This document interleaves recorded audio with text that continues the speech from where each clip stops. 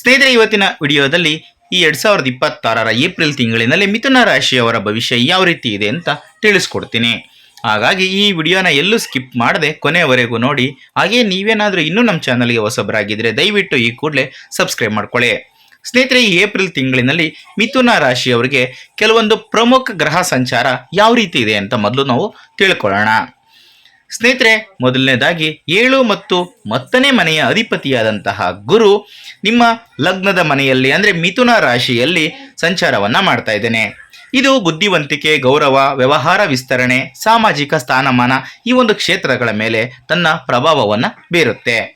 ಇನ್ನು 8 ಮತ್ತು 9ನೇ ಮನೆಯ ಅಧಿಪತಿಯಾದಂತಹ ಶನಿ ನಿಮ್ಮ 10ನೇ ಮನೆಯಾದಂತಹ ಮೀನ ರಾಶಿಯಲ್ಲಿ ವರ್ಷ ಪೂರ್ತಿ ಸಂಚಾರವನ್ನು ಮಾಡ್ತಾನೆ. ಇದು ಕಠಿಣ ಪರಿಶ್ರಮ, ಕೆಲಸದಲ್ಲಿ ವಿಳಂಬ, ವೃತ್ತಿಯಲ್ಲಿ ಅನಿರೀಕ್ಷಿತ ಬದಲಾವಣೆಗಳು ಈ ಕ್ಷೇತ್ರಗಳ ಮೇಲೆ ಪ್ರಭಾವವನ್ನು ಬೀರುತ್ತೆ. ಈ ಕ್ಷೇತ್ರಗಳಲ್ಲಿ ನೀವು ಸ್ವಲ್ಪ ಜಾಗರೂಕತೆಯಿಂದ ಇರಬೇಕಾಗುತ್ತೆ. ಆ ಕ್ಷೇತ್ರಗಳಲ್ಲಿ ನಿಮಗೆ ಕೆಲವೊಂದಷ್ಟು ಶುಭ ಫಲಗಳು ಕೂಡ ಸಿಗಬಹುದು. ಇನ್ನು 6 ಮತ್ತು 11ನೇ ಮನೆಯ ಅಧಿಪತಿಯಾದಂತಹ ಮಂಗಳನು ನಿಮ್ಮ 10ನೇ ಮನೆಯಾದ ಮೀನ ರಾಶಿಗೆ ಏಪ್ರಿಲ್ 2ರಿಂದ ತನ್ನ ಸಂಚಾರವನ್ನು ಬದಲಾಯಿಸ್ತಾನೆ. ಇದು ಕೆಲಸದ ಸ್ಥಳದಲ್ಲಿ ಸ್ಪರ್ಧೆ, ಶತ್ರುಗಳ ಮೇಲೆ ವಿಜಯ ಮತ್ತೆ ತೀವ್ರವಾದಂತಹ ದೃಢ ನಿಶ್ಚಯ ಈ ಕ್ಷೇತ್ರಗಳ ಮೇಲೆ ತನ್ನ ಪ್ರಭಾವವನ್ನು ಬೀರುತ್ತೆ. ಇನ್ನು ನಿಮ್ಮ 3ನೇ ಮನೆಯ ಅಧಿಪತಿಯಾದಂತಹ ಸೂರ್ಯ ನಿಮ್ಮ 11ನೇ ಮನೆಯಲ್ಲಿ ಉನ್ನತ ಸ್ಥಾನದಲ್ಲಿ ಏಪ್ರಿಲ್ 14ರಿಂದ ಸಂಚಾರವನ್ನು ಬದಲಾಯಿಸ್ತಾನೆ 11ನೇ ಮನೆಗೆ. ಇದು ಹಠಾತ್ತನೆ ಆರ್ಥಿಕ ಲಾಭ, ಸರ್ಕಾರಿ ನೆರವು, ಹಾಗೆ ವಿಸ್ತೃತವಾದಂತಹ ಜಾಲ ಈ ಥರ ಕ್ಷೇತ್ರಗಳ ಮೇಲೆ ತನ್ನ ಪ್ರಭಾವವನ್ನು ಬೀರುತ್ತೆ. ಇನ್ನು 5 ಮತ್ತು 12ನೇ ಮನೆಯ ಅಧಿಪತಿಯಾದಂತಹ ಶುಕ್ರನು ತನ್ನ ಸ್ವಂತ ರಾಶಿಚಕ್ರ ಚಿಹ್ನೆಯಾದಂತಹ 12ನೇ ಮನೆಗೆ ಏಪ್ರಿಲ್ 19ರಿಂದ ಸಂಚಾರವನ್ನು ಬದಲಾಯಿಸ್ತಾನೆ. ಇದು ಐಷಾರಾಮಿ, ಖರ್ಚುಗಳು, ಮಕ್ಕಳ ವಿಷಯವಾಗಿ ದೂರದ ಪ್ರಯಾಣಗಳು, ಹಾಗೆ ಸೌಕರ್ಯಗಳು ಈ ಥರದ ಒಂದು ಕ್ಷೇತ್ರಗಳ ಮೇಲೆ ತನ್ನ ಪ್ರಭಾವವನ್ನು ಬೀರುತ್ತೆ. ಈಗ ವೃತ್ತಿಗೆ ಸಂಬಂಧಪಟ್ಟಂತೆ ಯಾವ ರೀತಿ ಇರುತ್ತೆ ಅಂತ ನೋಡೋಣ. ಏಪ್ರಿಲ್ ತಿಂಗಳು ನಿಮ್ಮ ವೃತ್ತಿಪರ ಜೀವನಕ್ಕೆ ಅಗ್ನಿ ಪರೀಕ್ಷೆಯಂತೆ ಇರುತ್ತೆ. ನಿಮ್ಮ 8 ಮತ್ತು 9ನೇ ಮನೆಗಳ ಅಧಿಪತಿಯಾದಂತಹ ಶನಿ ಈಗಾಗಲೇ ನಿಮ್ಮ ವೃತ್ತಿ ಜೀವನದ ಮನೆಯಾದಂತಹ 10ನೇ ಮನೆಯಲ್ಲಿ ಸಂಚಾರವನ್ನು ಮಾಡ್ತಾ ಇದ್ದೇನೆ ಮತ್ತು ಏಪ್ರಿಲ್ 2ರಿಂದ ಮಂಗಳ ಅದಕ್ಕೆ ಸೇರ್ಕೊತಾನೆ. ಜೊತೆಗೆ 6 ಮತ್ತು 11ನೇ ಮನೆ ಅಧಿಪತಿಯಾದಂತಹ ಮಂಗಳ ಶನಿಯ ಜೊತೆ ಸೇರ್ಕೊತಾನೆ. ಇದು ಕಚೇರಿಯಲ್ಲಿ ಕೆಲಸದ ಹೊರೆ ಉತ್ತುಂಗಕ್ಕೆ ಏರಲು ಕಾರಣವಾಗುತ್ತೆ. ನಿಮ್ಮ ಸಹೋದ್ಯೋಗಿಗಳ ಜವಾಬ್ದಾರಿಗಳನ್ನು ಸಹ ನೀವು ಹೊರಬೇಕಾಗುತ್ತೆ. ಏಪ್ರಿಲ್ 11ರಂದು ನಿಮ್ಮ ಲಗ್ನದ ಅಧಿಪತಿಯಾದಂತಹ ಬುಧ 10ನೇ ಮನೆಯಲ್ಲಿ ದುರ್ಬಲ ಸ್ಥಿತಿಗೆ ಪ್ರವೇಶವನ್ನು ಮಾಡೋದ್ರಿಂದ ಸಂವಹನದಲ್ಲಿ ಕೆಲವೊಂದಷ್ಟು ಅಂತರ ಸಮಸ್ಯೆಗಳು ಉಂಟಾಗಬಹುದು. ಇದು ಮೇಲಧಿಕಾರಿಗಳೊಂದಿಗೆ ಸಣ್ಣ ತಪ್ಪು ತಿಳುವಳಿಕೆಗಳಿಗೂ ಕೂಡ ಕಾರಣವಾಗಬಹುದು. ಆದರೆ ನಿಮ್ಮ ರಾಶಿಚಕ್ರದ ಲಗ್ನದಲ್ಲಿ 10ನೇ ಮನೆಯ ಅಧಿಪತಿಯಾದಂತಹ ಗುರು ತನ್ನ 5ನೇ ದೃಷ್ಟಿಯನ್ನು 5ನೇ ಮನೆಯ ಮೇಲೂ 7ನೇ ದೃಷ್ಟಿಯನ್ನು 7ನೇ ಮನೆಯ ಮೇಲೂ ಇರಿಸುವುದರಿಂದ ನಿಮ್ಮ ಪ್ರತಿಭೆ ಮತ್ತು ಕಠಿಣ ಪರಿಶ್ರಮ ಖಂಡಿತವಾಗಿಯೂ ಗುರುತಿಸಲ್ಪಡುತ್ತೆ. ಏಪ್ರಿಲ್ 14ರಂದು ಸೂರ್ಯನು 11ನೇ ಮನೆಯಲ್ಲಿ ಉತ್ತುಂಗಕ್ಕೆ ಏರಿದ ತಕ್ಷಣ ನೀವು ನಿಮ್ಮ ಶ್ರಮದ ಫಲವನ್ನು ಪಡ್ಕೊತೀರಾ. ನೀವು ಯಾವುದೇ ಕಚೇರಿ, ರಾಜಕೀಯ ಅಥವಾ ಸಹೋದ್ಯೋಗಿಗಳ ಪಿತೂರಿಗಳನ್ನು ಸುಲಭವಾಗಿ ಜಯಿಸ್ತೀರಾ. ನಿಮ್ಮ ದಿಟ್ಟ ಮತ್ತು ಲೆಕ್ಕಾಚಾರದ ನಿರ್ಧಾರಗಳು ಎಲ್ಲರ ಪ್ರಶಂಸೆಯನ್ನು ಗಳಿಸುವಂತೆ ಮಾಡುತ್ತೆ. ಇನ್ನು ವ್ಯಾಪಾರದ ದೃಷ್ಟಿಯಿಂದ ನೋಡೋದಾದರೆ 7ನೇ ಮನೆಯ ಅಧಿಪತಿಯಾದಂತಹ ಗುರು ನಿಮ್ಮದೇ ರಾಶಿಯಲ್ಲಿ ಲಗ್ನದ ಮನೆಯಲ್ಲಿ ಸಾಕ್ತಾ ಇದ್ದು 7ನೇ ಮನೆಯ ಮೇಲೆ ನೇರ ಅಂಶವನ್ನು ಬೀರ್ತಾನೆ. ವ್ಯಾಪಾರ ಮಾಲೀಕರಿಗೆ ಇದಕ್ಕಿಂತ ಅದ್ಭುತವಾದಂತಹ ಜೋಡಣೆ ಮತ್ತೊಂದಿಲ್ಲ ಅಂತ ಹೇಳ್ಬೋದು. ನಿಮ್ಮ ಮಾರುಕಟ್ಟೆ ಬ್ರ್ಯಾಂಡ್ ಮೌಲ್ಯ ಗಗನಕ್ಕೇರುತ್ತೆ. ಹೊಸ ಗ್ರಾಹಕರು ನಿಮ್ಮನ್ನು ಸಕ್ರಿಯವಾಗಿ ಹುಡುಕ್ತಾ ಇರ್ತಾರೆ. ನಿಮ್ಮ ಸಲಹೆಗಳನ್ನು ಗ್ರಾಹಕರು ಮೆಚ್ಕೊಳ್ತಾರೆ. 10ನೇ ಮನೆಯಲ್ಲಿ ಮಂಗಳ ಮತ್ತು ಶನಿಯ ಪ್ರಭಾವ ಇರೋದ್ರಿಂದ ಗುತ್ತಿಗೆ ಕೆಲಸ, ಕಬ್ಬಿಣ ಮತ್ತು ಸಿಮೆಂಟು, ರಿಯಲ್ ಎಸ್ಟೇಟ್ ವ್ಯವಹಾರದಲ್ಲಿ ತೊಡಗಿರುವಂಥವರು ಅಸಾಧಾರಣವಾದಂತಹ ಲಾಭವನ್ನು ಮಾಡ್ಕೋಬೋದು. ಆದರೂ ಕೆಲಸಗಳನ್ನು ಪೂರ್ಣಗೊಳಿಸಲು ದೈಹಿಕ ಶ್ರಮ ಮತ್ತು ತಾಳ್ಮೆ ತುಂಬಾನೇ ಅಗತ್ಯ. ಏಪ್ರಿಲ್ 14ರ ನಂತರ 11ನೇ ಮನೆಯಲ್ಲಿ ಉತ್ತುಂಗದಲ್ಲಿರುವಂತಹ ಸೂರ್ಯನಿಗೆ ಧನ್ಯವಾದಗಳು. ದೊಡ್ಡ ಯೋಜನೆಗಳು ಮತ್ತು ಸರ್ಕಾರಿ ಟೆಂಡರ್ಗಳು ನಿಮ್ಮ ಪರವಾಗಿ ತಿರುಗುವಂತೆ ಸೂರ್ಯನಿಂದ ಮಾಡಲು ಸಾಧ್ಯವಾಗುತ್ತೆ. ಹಾಗಾಗಿ ಸೂರ್ಯ ದೇವನಿಗೆ ನಿಮ್ಮಿಂದ ಒಂದು ದೊಡ್ಡ ಧನ್ಯವಾದಗಳನ್ನು ನೀವು ಹೇಳಬೇಕಾಗುತ್ತೆ. ಇನ್ನು ಹಣಕಾಸಿಗೆ ಸಂಬಂಧಪಟ್ಟಂತೆ ನೋಡೋದಾದರೆ ಆರ್ಥಿಕವಾಗಿ ಈ ತಿಂಗಳ ದ್ವಿತೀಯಾರ್ಧವು ಅದ್ಭುತ ಲಾಭವನ್ನು ತಂದುಕೊಡುತ್ತೆ.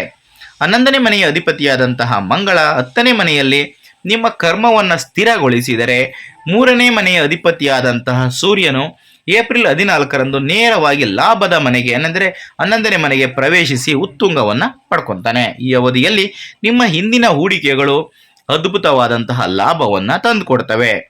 ಏಪ್ರಿಲ್ 19ರಂದು 5 ಮತ್ತು 12ನೇ ಮನೆಯ ಅಧಿಪತಿಯಾದಂತಹ ಶುಕ್ರನು ವೃಷಭ ರಾಶಿಯನ್ನ ಪ್ರವೇಶ ಮಾಡುವುದರಿಂದ, ಅಂದರೆ ನಿಮ್ಮ 12ನೇ ಮನೆ ವೃಷಭ ರಾಶಿಯಾಗಿರುತ್ತೆ, ವೃಷಭ ರಾಶಿಯನ್ನು ಪ್ರವೇಶಿಸುವುದರಿಂದ ನೀವು ಹೊಸದಾಗಿ ಗಳಿಸಿದ ಹಣವನ್ನು ಐಷಾರಾಮಿ ವಸ್ತುಗಳು, ಪ್ರವಾಸೋದ್ಯಮ ಅಥವಾ ಕುಟುಂಬ ಸೌಕರ್ಯಗಳಿಗಾಗಿ ಖರ್ಚು ಮಾಡ್ತೀರಾ. ನೀವು ಗಣನೀಯ ಪ್ರಮಾಣದ ಹಣವನ್ನು ಖರ್ಚು ಮಾಡುವ ಸಾಧ್ಯತೆ ಇರುತ್ತೆ. ವಿಶೇಷವಾಗಿ ನಿಮ್ಮ ಮಕ್ಕಳ ಶಿಕ್ಷಣ ಅಥವಾ ಅವರ ವಿದೇಶ ಪ್ರಯಾಣಕ್ಕೆ ಸಂಬಂಧಿಸಿದಂತೆ ಖರ್ಚು ಮಾಡುವ ಸಾಧ್ಯತೆ ಹೆಚ್ಚಾಗಿದೆ. ಇನ್ನು ಆರೋಗ್ಯ, ನಿಮ್ಮ ಲಗ್ನದಲ್ಲಿರುವಂತಹ ಗುರು ನಿಮಗೆ ಒಂದು ದೊಡ್ಡ ರಕ್ಷಣಾ ಕವಚದಂತೆ ಕಾರ್ಯನಿರ್ವಹಿಸ್ತಾನೆ. ಯಾವುದೇ ಪ್ರಮುಖ ಆರೋಗ್ಯ ಸಮಸ್ಯೆಗಳಿಂದ ನಿಮ್ಮನ್ನು ರಕ್ಷಣೆ ಮಾಡ್ತಾನೆ. ಆದರೂ ನಿಮ್ಮ ಕರ್ಮದ ಮನೆಯಲ್ಲಿ ಅಂದರೆ 10ನೇ ಮನೆಯಲ್ಲಿ ಮಂಗಳ ಮತ್ತು ಶನಿಯ ತೀವ್ರತೆಯಿಂದಾಗಿ ನೀವು ತೀವ್ರ ದೈಹಿಕ ಆಯಾಸ, ನರದೌರ್ಬಲ್ಯ ಅಥವಾ ಭುಜ ಮತ್ತು ಕುತ್ತಿಗೆ ನೋವಿನಿಂದ ಕೆಲವೊಂದಷ್ಟು ತೊಂದರೆಗೆ ಒಳಗಾಗ್ಬೋದು. ನಿಮ್ಮ ಕೆಲಸದ ಒತ್ತಡವನ್ನು ಮನೆಗೆ ತರುವುದು ನಿಮ್ಮ ಮಾನಸಿಕ ಶಾಂತಿಯನ್ನು ಕಸಿದುಕೊಳ್ಳುತ್ತೆ. ಏಪ್ರಿಲ್ 19ರ ನಂತರ ಶುಕ್ರನು 12ನೇ ಮನೆಗೆ ಪ್ರವೇಶವನ್ನು ಮಾಡೋದ್ರಿಂದ ನಿದ್ರಾಹೀನತೆಯ ಸಮಸ್ಯೆಗಳು ಕಡಿಮೆ ಆಗ್ತವೆ. ಆದರೆ ಆಹಾರ ನಿಯಮಗಳನ್ನು ಪಾಲಿಸದಿದ್ದರೆ ಹೊಟ್ಟೆಗೆ ಸಂಬಂಧಿಸಿದಂತಹ ತೊಂದರೆಗಳು ಉಂಟಾಗ್ಬೋದು. ಪ್ರತಿದಿನ ಬೆಳಿಗ್ಗೆ ಸ್ವಲ್ಪ ವ್ಯಾಯಾಮ ಅಥವಾ ಯೋಗವನ್ನು ಮಾಡೋದ್ರಿಂದ ನಿಮ್ಮ ಆರೋಗ್ಯ ಸುಧಾರಣೆಯನ್ನು ಕಾಣುತ್ತೆ. ಇನ್ನು ಕುಟುಂಬ ಮತ್ತು ವೈಯಕ್ತಿಕ ಜೀವನ ಸಂಬಂಧಗಳು, 7ನೇ ಮನೆಯ ಅಧಿಪತಿಯಾದಂತಹ ಗುರುವು ಲಗ್ನದಲ್ಲಿದ್ದು 7ನೇ ಮನೆಯ ಮೇಲೆ ದೃಷ್ಟಿ ನೆಟ್ಟಿರುವುದರಿಂದ ಪತಿ ಮತ್ತು ಪತ್ನಿಯ ನಡುವಿನ ಸಂಬಂಧ ತುಂಬ ಸೌಮ್ಯತೆಯಿಂದ ಕೂಡಿರುತ್ತೆ, ಪರಸ್ಪರ ತಿಳುವಳಿಕೆಯಿಂದ ತುಂಬಿರುತ್ತೆ. ನಿಮ್ಮ ಜೀವನ ಸಂಗಾತಿಯ ಸಲಹೆ ನಿಮ್ಮ ವೃತ್ತಿಪರ ಬೆಳವಣಿಗೆಗೆ ತುಂಬಾ ಉಪಯುಕ್ತವಾಗುತ್ತೆ. ಆದರೂ 5ನೇ ಮನೆಯ ಅಧಿಪತಿಯಾದಂತಹ ಶುಕ್ರನು 12ನೇ ಮನೆಗೆ ಚಲಿಸುವುದರಿಂದ ನಿಮ್ಮ ಮಕ್ಕಳ ವಿಷಯದಲ್ಲಿ ಕೆಲವೊಂದಷ್ಟು ಪ್ರಮುಖ ಬದಲಾವಣೆಗಳು ಉಂಟಾಗಬಹುದು. ನಿಮ್ಮ ಮಕ್ಕಳು ಉನ್ನತ ಶಿಕ್ಷಣಕ್ಕಾಗಿ ನಿಮ್ಮಿಂದ ದೂರ ಹೋಗಬಹುದು. ಬಹುಶಃ ಹಾಸ್ಟೆಲ್ಲು ಅಥವಾ ವಿದೇಶಕ್ಕೆ ಕೂಡ ಹೋಗ್ಬೋದು. ಇದು ನಿಮಗೆ ತುಂಬ ಹೆಮ್ಮೆಯ ವಿಷಯವಾಗಿದ್ದರೂ ಸ್ವಲ್ಪ ಆತಂಕ ಕಾಡಬಹುದು.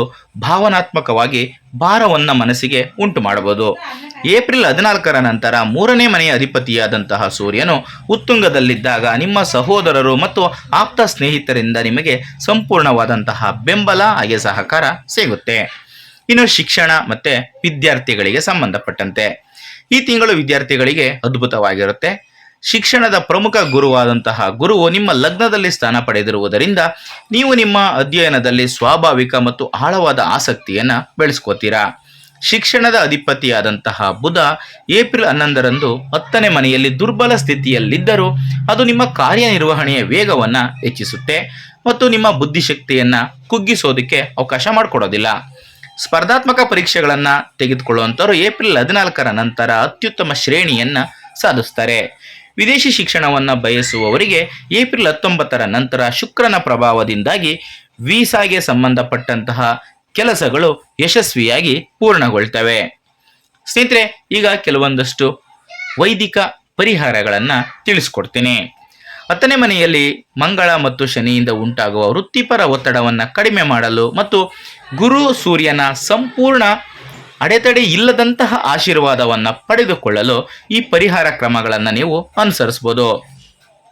ನಿಮ್ಮ ಲಗ್ನಾಧಿಪತಿಯಾದಂತಹ ಬುಧ ತಿಂಗಳ ಮಧ್ಯದಲ್ಲಿ ಸ್ವಲ್ಪ ದುರ್ಬಲನಾಗುವುದರಿಂದ ಪ್ರತಿ ಬುಧವಾರದಂದು ಶ್ರೀ ವಿಷ್ಣು ಸಹಸ್ರನಾಮವನ್ನು ಪಠಿಸುವುದರಿಂದ ಸಂವಹನ ದೋಷಗಳು ನಿವಾರಣೆಯಾಗ್ತವೆ ಮತ್ತು ನೀವು ಹೆಚ್ಚು ಫಲಪ್ರದ ನಿರ್ಧಾರಗಳನ್ನು ತೆಗೆದುಕೊಳ್ಳೋದಕ್ಕೆ ಸಹಾಯವಾಗುತ್ತೆ. ಇನ್ನು ಕರ್ಮ ಭೂಮಿಯಲ್ಲಿ ಶನಿ ಮಂಗಳನ ಸಂಯೋಗದ ತೀವ್ರತೆಯನ್ನು ಕಡಿಮೆ ಮಾಡಲು ಪ್ರತಿ ಸೋಮವಾರ ಮತ್ತು ಶನಿವಾರದಂದು ಶಿವನ ದೇವಾಲಯದಲ್ಲಿ ಹಾಲಿನ ಅಭಿಷೇಕವನ್ನು ಮಾಡಿ. ಇದು ವೃತ್ತಿಪರ ಅಡೆತಡೆಗಳನ್ನು ತಡೆಯುತ್ತೆ. ಹಾಗೆ ಪ್ರತಿ ಗುರುವಾರದಂದು ಹಸುಗಳು ಅಥವಾ ಆನೆಗಳಿಗೆ ಬಾಳೆಹಣ್ಣುಗಳನ್ನು ತಿನ್ನಿಸೋದ್ರಿಂದ ನಿಮ್ಮ ಲಗ್ನದಲ್ಲಿ ಗುರುವಿನ ಬಲ ಹೆಚ್ಚಾಗುತ್ತೆ ಮತ್ತು ನಿಮ್ಮ ಎಲ್ಲ ಪ್ರಯತ್ನಗಳಲ್ಲಿ ನೀವು ಖ್ಯಾತಿ ಮತ್ತು ಪ್ರತಿಷ್ಠೆಯನ್ನು ಪಡ್ಕೊತೀರಾ. ಸ್ನೇಹಿತರೆ, ಇದಿಷ್ಟು ಇವತ್ತಿನ ವಿಡಿಯೋದಲ್ಲಿನ ಮಾಹಿತಿ. ಈ ಮಾಹಿತಿ ನಿಮಗೆ ಇಷ್ಟ ಆದಲ್ಲಿ ವಿಡಿಯೋಗೆ ಒಂದು ಲೈಕ್ ಕೊಡಿ, ಹಾಗೆ ವಿಡಿಯೋನ ಶೇರ್ ಮಾಡೋದನ್ನು ಯಾವುದೇ ಕಾರಣಕ್ಕೂ ಮರಿಬೇಡಿ. ಮುಂದಿನ ವಿಡಿಯೋದಲ್ಲಿ ಮತ್ತೆ ಸಿಗ್ತೀನಿ. ಎಲ್ರಿಗೂ ಕೂಡ ಒಳ್ಳೆಯದಾಗಲಿ. ಧನ್ಯವಾದಗಳು.